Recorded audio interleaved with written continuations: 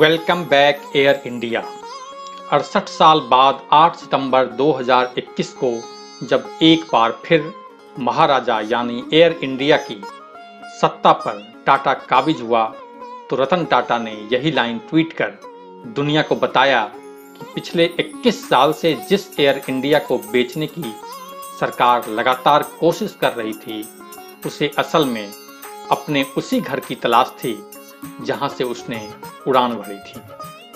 जी हां, सही समझे आप, एयर इंडिया की घर वापसी हो गई है।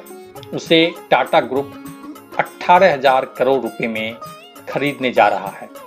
इसका ऐलान वित्त मंत्रालय के department of investment and public asset management DIPAM ने किया है। टाटा के हाथ एयर इंडिया और एयर इंडिया एक्सप्रेस की कमान आएगी।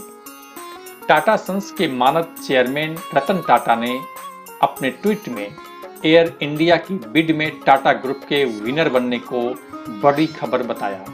उन्होंने लिखा कि एयर इंडिया को नए सिरे से खड़ा करने में बहुत मेहनत लगेगी, लेकिन इससे एविएशन इंडस्ट्री में टाटा ग्रुप को बड़े कारोबारी मौके भी मिलेंगे। उन्होंने आगे लिखा, on an emotional note, air India under the leadership of Mr. J.R.D. Tata had at one time gained the reputation of being one of the most prestigious airlines in the world. Tatas will have the opportunity of regaining the image and the reputation it enjoyed in earlier years. Mr. J.R.D. Tata would have been enjoyed if he was in our midst today. We also need to recognize and thank the government for its recent policy of opening select industries to the private sector. Welcome back, Air India. इस deal में air India की जमीन और इमारतों सहित किसी भी non assets को नहीं बेचा जाएगा। 14,718 करोड़ रुपए के ये एसेट सरकारी कंपनी AIAHL के हवाले कर दी जाएंगी। डील के तहत नए बिडर को 1 साल तक के लिए एयर इंडिया के कर्मचारियों को भी रखना होगा। उसके बाद बिडर चाहे तो दूसरे साल से उन्हें VRS दे सकता है।